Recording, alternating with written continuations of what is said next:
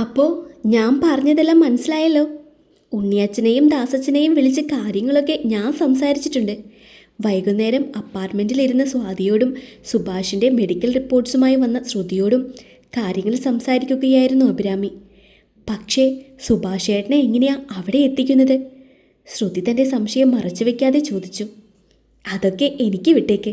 Correct സമയത്ത് ആൾ അവിടെ ഉണ്ടാകും. ബാക്കിയൊക്കെ നിന്റെ കയ്യിലാ സ്വാതി.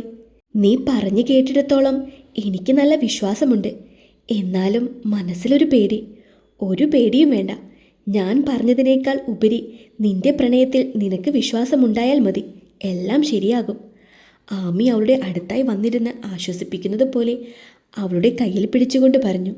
അപ്പോഴാണ് ശ്രുതി ചാർജിങ്ങിൽ ഇട്ടിരുന്ന ആമിയുടെ ഫോൺ വൈബ്രേറ്റ് ചെയ്യുന്നത് ശ്രദ്ധിച്ചത്. ആമി, നിന്റെ ഫോണ് ബെല്ലടിക്കുന്നു. ആമി ഫോൺ എടുത്ത് നോക്കി. ദേവിയായിരുന്നു അത്. എന്താ ദേവി ഈ നേരത്തൊരു വിളി? ഞാൻ നിന്നെ ഉച്ചയ്ക്ക് തൊട്ട് വിളിക്കുക. സ്വിച്ച് ഓഫ് ആയിരുന്നു. സ്വിച്ച് ഓഫ് ആയി പോയത് അറിഞ്ഞില്ലടാ. എന്താടാ, എന്തെങ്കിലും അത്യാവശ്യം ഉണ്ടായിരുന്നാ? അത്യാവശ്യമൊന്നുമില്ല, ചെറിയൊരു ആവശ്യമുണ്ടായിരുന്നു.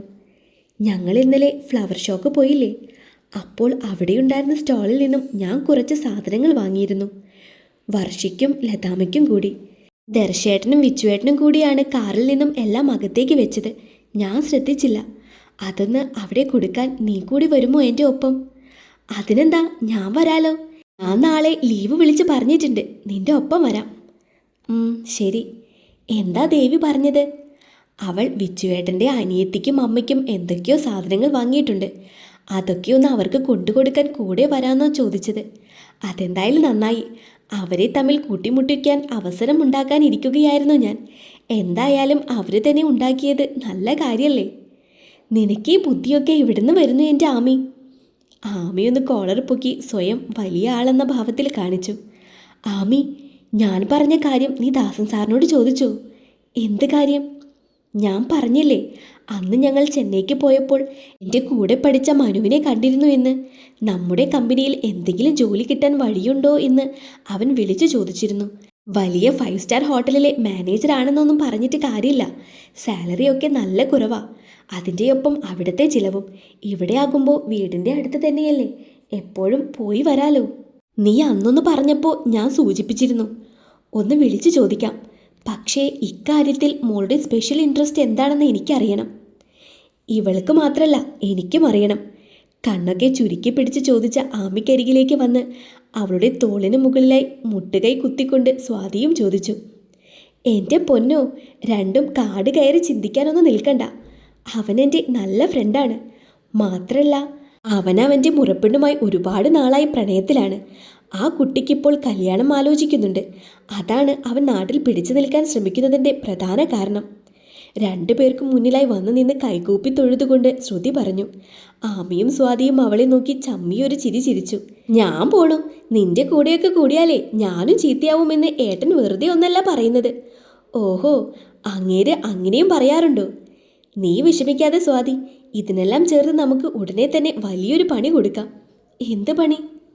നിന്നെ ഞാൻ അങ്ങേർക്ക് കെട്ടിച്ചു കൊടുക്കും. അതിലും വലിയ പണിയൊന്നും അങ്ങേർക്ക് വേറെ കിട്ടാനില്ലല്ലോ. നീ എനിക്കിട്ട് തന്നെ പണിയുവാണല്ലേടി. സ്വാതി ആമിയെ തല്ലാനായി ഓടിച്ചിട്ട് അവളും പുറകെ ഓടി. തമാശകളും കളിച്ചിരികളുമായി ശ്രുതിയും അവരോടൊപ്പം അന്ന് രാത്രി അവിടെ തന്നെ കൂടി. ഡോക്ടറിൻ്റെ റൂമിന് മുൻപിലായി ഇരിക്കുകയായിരുന്നു സ്വാതി. അപ്പോഴാണ് സുഭാഷ് അവിടേക്ക് വന്നത്. അവളെ കണ്ട് അവനൊന്ന് നോക്കി. എന്നാൽ അവൾ വലിയ പ്രാധാന്യമൊന്നും കൊടുക്കാത്തതുപോലെ ഫോണിൽ തന്നെ നോക്കിയിരുന്നു. അവൻ വന്നു കഴിഞ്ഞപ്പോൾ സ്വാതി ഫോണെടുത്ത് ആർക്കോ മെസ്സേജ് അയച്ചു. കുറച്ചു നേരം കഴിഞ്ഞപ്പോൾ ഡോക്ടറിൻ്റെ റൂമിൽ നിന്നും ഒരു സിസ്റ്റർ പുറത്തേക്ക് വന്നു. നിങ്ങൾ 2 പേരോടും അകത്തേക്ക് ചെല്ലാൻ പറഞ്ഞു. അവർ പറയുന്നത് കേട്ട് സുഭാഷ് സംശയത്തോടെ സ്വാതിയെയും ആ സിസ്റ്ററിനെയും മാറി മാറി നോക്കി. പിന്നെ അവൾക്കൊപ്പം ഡോക്ടറുടെയും റൂമിലേക്ക് കയറി. Good morning doctor. 2 പേരും ഒരുമിച്ച് ഡോക്ടറെ വിഷ് ചെയ്തു. ഗുഡ് മോർണിംഗ്, ഇരിക്കെ. ഹരിദാസ് പറഞ്ഞിട്ട് വന്നവരല്ലേ? അതെ ഡോക്ടർ. സ്വാതിയല്ലേ? മറുപടി പറഞ്ഞ സ്വാതിയോടായി ഡോക്ടർ പിന്നെയും ചോദിച്ചു. അതെ. എന്താ സ്വാതിക്ക് അറിയേണ്ടത്? എനിക്ക് സുഭാഷ് ഏട്ടനെ ഇഷ്ടമാണ്.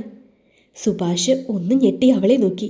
എന്നാൽ അവളത് കണ്ടതായി ഭാവിക്കാതെ തുടർന്നു. അവൻ ഡോക്ടറിൻ്റെ മുഖത്തേക്ക് നോക്കി.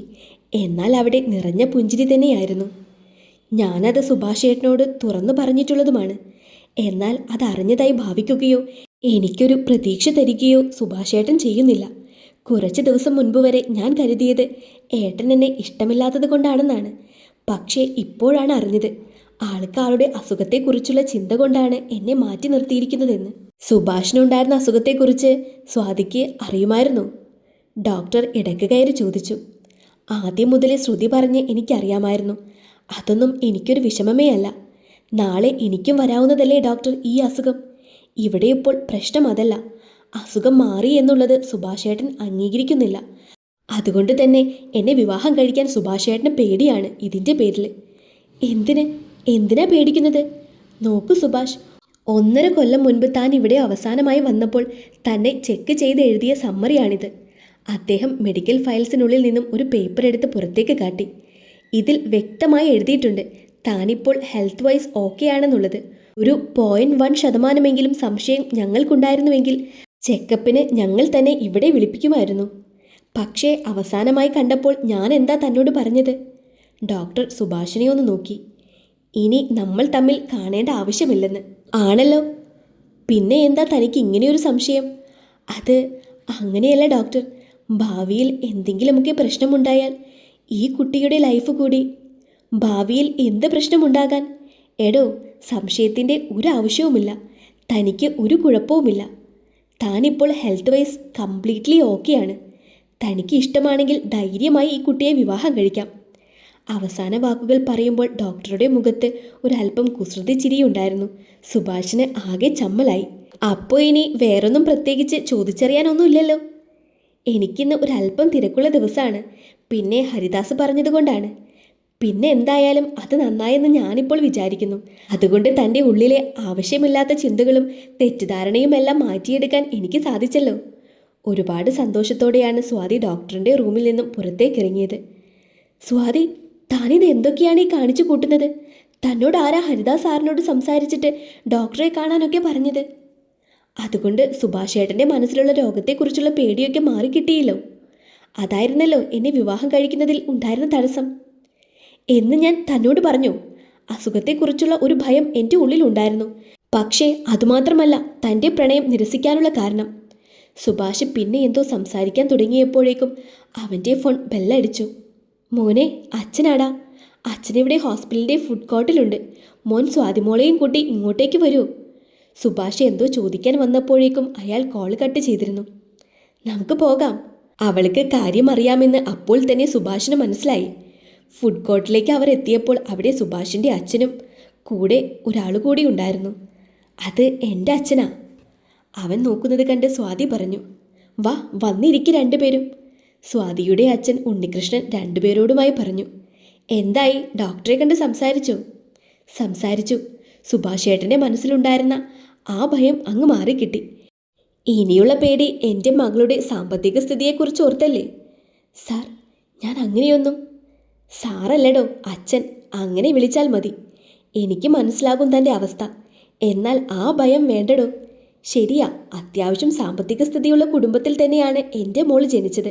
പക്ഷേ ഒരു സാധാരണ കുട്ടിയായിട്ട് തന്നെയാണ് ഞങ്ങൾ അവളെ വളർത്തിയിരിക്കുന്നത്. ഒരു ഉറപ്പ് ഞാൻ തനിക്ക് തരാം. അവൾ തനിക്ക് നല്ലൊരു ഭാര്യയും തൻ്റെ അച്ഛനും അമ്മയ്ക്കും നല്ലൊരു മകളും തൻ്റെ സഹോദരിക്ക് നല്ലൊരു കൂട്ടുകാരിയുമായിരിക്കും. തന്നെ അവൾ ഒരുപാട് സ്നേഹിക്കുന്നുണ്ട്.